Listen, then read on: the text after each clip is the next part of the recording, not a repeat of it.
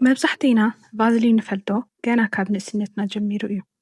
ኣዴታትና ንፀጉሪ፣ ንከንፈር፣ ንእግሪ ምስንጣቕ ሓሊፉ ተሪፉ ንጫማ መንፀረባረቒ ክጥቀምሉ ርኢና ኢና። ነገር ግን ኣብ ናይ መልክዕ ዓለም ውሽጢ ቫዝሊን ዓብዪ ክርክር ዝፈጠረ ንጥረ ነገር እዩ። ሓደ ሰባት ናይ ቆዳ ተኣምር እዩ እንትብሉ፣ ካልኦት ከዓ ቆዳና ዘበላሹ ናይ ነዳዲ ተረፈ ምርት እዩ ይብልዎ። ሎማዓንቲ ኣብዚ ቪድዮ ናይ ብሓቂ ቫዝሊን ንቆዳና ተስማዕማዕ ድዩ ዝብል ሳይንሳዊ ሚስጥር ብዝርዝር ዘርእየክ እንትኾን እስካብ መጨረሻ ሓቢርክን እንተፀኒሕካ ከዓ ናይ ሆሊውድ ተፈለጥቲ ቆደአን ከም መስትዋት ከንፀባርቀሉ ዝገበረ ስላጊንግ ዝበሃል ናይ ቫዝሊን ሚስጥራዊ ኣጠቓቕማን ቆዳኺ ቫዝሊን ምቕባእ ከምዘየድልዮ ዝጥቁምኺ 3 ወሰንቲ ምልክታት ክነግረኪ እየ። ቫዝሊን ወይ ከዓ ፔትሮሊየም ጄሊ ንመጀመርያ ግዜ ዝተረኸበ ብ1859 ዓ.ም ብሮበርት ቼስበርግ ዝተባሃለ ሰብ ነይሩ።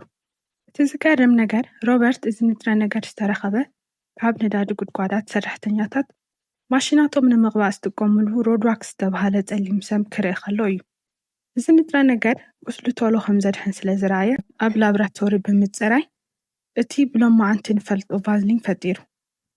ሮበርት ኣብ ቫዝሊን ዝነበሮ እምነት ከመይ ዓብዪ ከም ዝነበረ ትፈልጡ ዶ? በብመዓልቱ ሓንቲ ማንካ ቫዝሊን ይበልዕ ነይሩ። ብርግፅ እስኺ ክትበልዕዮ ኣይመኽረክን። እዚ ዝነግረክ ግን ቫዝሊን ብትኽክል ተፀርዩ ከመይ ዝኣክል ጠቓሚ ምዃኑ ክትፈልጥዮ እዩ። ሳይንስ ከም ዝነግረና ቫዝሊን 100% ኦክሉሲቭ እዩ። እዚ ማለት ኣብ ቆዳኺ ከም ፌስታል ወይ ከዓ ከም ናይ መንደቕ ፕላስቲክ ብምጥባቕ 99 ራሕሲ ናይ ገፅኪ ከይወፅእ ይከላኸል። ቆዳኺ ልክዕ ከም ክፍቲ መስኮት እዩ። በቲ መስኮት በቲ ኣዝዩ ክባር ናይ ገፅኪ ወዝ በብሰከንድ ይተንን። ቫዝሊን ክትቅብእ ከለኻ ግን እቲ መስኮት ኣጥቢቅ ክትዓፅዮ ኣለኻ ማለት እዩ። ነገር ግን ኣብ ሓደ ልቢ ክትብልዮ ዘለክ ነገር ቫዝሊን ባዕሉ ራሕሲ ፈጣሪ ወይ ከዓ ሞይስቸራይዘር ኣይኮነን። መብዛሕቲና ንሰርሖ ስሕተት ደረቕ ቆዳ ሒዝና ቫዝሊን ብቻ ነቕባእ ኢና። ቫዝሊን ኣብ ውሽጡ ማይ ስለ ዘይብሉ ንቆዳኺ ማይ ክህቦ ይኽእልን፣ ግን ኣብ ቆዳኺ ዘሎ ራሕሲ ዓፊኑ ክፀንሕ እዩ ዝገብሮ። ስለዚ ቫዝሊን ቅድሚ ምቕባእኺ ቆዳኺ ብማይ ወይ ከዓ ብሎሽን ርሑስ ምዃኑ እንተዘይረጋጊፅኪ ውፅኢቱ ንድርቀት ዓፊንካ መሓዝ ጥራይ እዩ። ብዙሓት ኣዋልድ ቫዝሊን ገፀይ ይዕፍኖ፣ ቀዳዳተይ ክሽፈኑ እዮም ዝገብሮም ኢለን ይፈርሓ። ነገር ግን ናይ ቫዝሊን ናይ ሞለኪል መጠኑ ካብ ናይ ገፅና ቀዳዳታት መጠን ኣዝዩ ይበልፅ።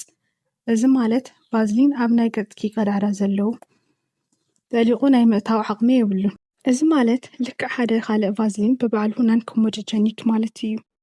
ብፈፀጋ ክወፀካ ኣይገብርን። ንምንታይ ዳ ክንቅብኦ ከለና ፈፀጋ ዘውፅአልና? ፈፀጋ ኣብ ትሕቲ ቫዝሊን ዘሎ ትቕብእዮ ዘሎ ነገር እዩ። ቫዝሊን ቆዳ ከም ተዓፅኦ ኣብ ታሕቲ ዘሎ ርስሓት ባክተርያን ዝሞቱ ህዋሳትን ዓፊኑ ይሕዞም። ገፅኪ ብደንቢ ከይፀረየ ቫዝሊን ተቐቢእኺ እቶም ባክተርያታት ኣብ ታሕቲ ቫዝሊን ፓርቲ ይገብሩ። ሽዑ እዩ ገፅኪ ብብጉር ዝመልእ። ሕዚ መጀመርያ ቃል ናብ ዝኣትኩልክኹም ነገር ንኺድ። ቅድሚኡ ግን እዚ ቪድዮ ክሳብ ሕዚ ትከታተልዮ እንተሃሊኺ ቆዳኺ ምንክብኻብ ትፈትዩ ኢኺ ማለት እዩ። ስለዚ ከምዚ ዓይነት ጠቐምቲ ሓንቲ ሓበሬታታት ናብ ብዙሓት ኣሕዋትና ክበፅሑ ላይክ ምግባር ከይትርሳዕ። ሕዚ ናብቲ ዋና ጉዳይ ንመለስ።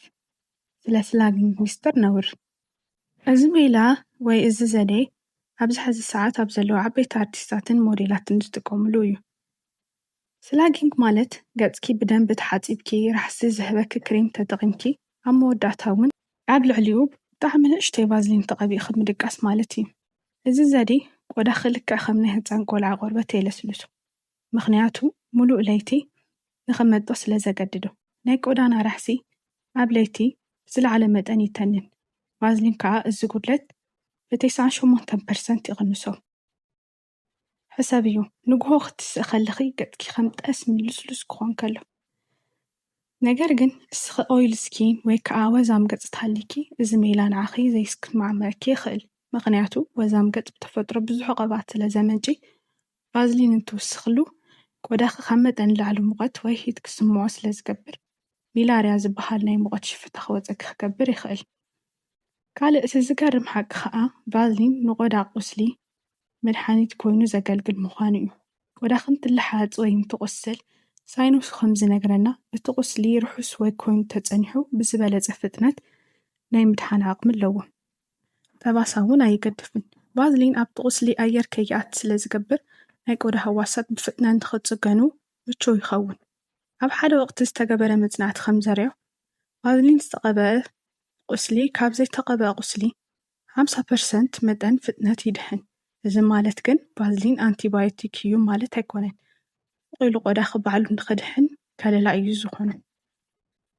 ቫዝሊን ክትገዝእ ከለኺ ኩሉ ግዜ 100% ዋይት ፔትሮሊየም ምዃኑ ኣረጋግጽ። ሓደ ግዜ ሰንሲድ ወይ ከዓ ሽታ ዘለዎም ቫዝሊናት ንቆዳ ሰንሰቲቭ ክኸውን ገብርዎ እዮም። በተለይ ከዓ ኣብ ከንፈርኪ ቫዝሊን እንትቕብኢ ከንፈርኪ ኣቐዲምኪ ብማይ ራሕሲ ምግባርኪ ከይትርስዒ። ብተወሳኺ ቫዝሊን ንኣንቲ ኤጂንግ ወይ ከዓ ንገጽ ምእራግ ዘለዎ ጥቕሚ ዝለዓለ እዩ። ዕድሜና እናወሰኸ እንትኸድ ናይ ቆዳና ናይ ተፈጥሮ ቅብኣት ይቕንስ። እዚ እውን ንቆዳ ምጭምዳድ እቲ ዋና ምኽንያት እዩ።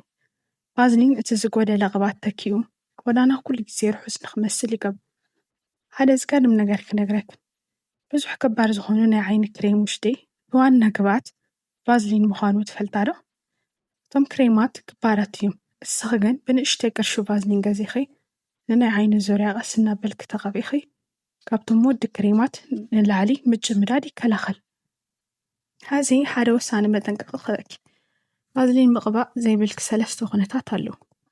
ቀዳማይ ኣብ ገጽኪ ዝረአ ብጉር እንተሃልዩ፣ ካልኣይ ዝለዓለ ናይ ገጽ ምቅጻል ወይ ከዓ ሰንበር እንተሃሊኪ፣ ሳልሳይ ብፋንገስ ዝመጽእ ሽፍታት ሃሊኪ ቫዝሊን ብፍጹም ኣይትቀብ እዩ። ካብዚኦም ወፃኢ ግን ቫዝሊን ንደረቕን መካከለኛን ቆዳ ንዘለክን ኣዋልድ ምቕባእ ይከኣል እዩ። ሕቶ ተሃሊኪ ወይ ከዓ ቫዝሊን ተጠቒምኪ ዝረኸብክዮ ለውጢ ተሃልዩ ኣብ ኮመንት ጻሕፍሊ።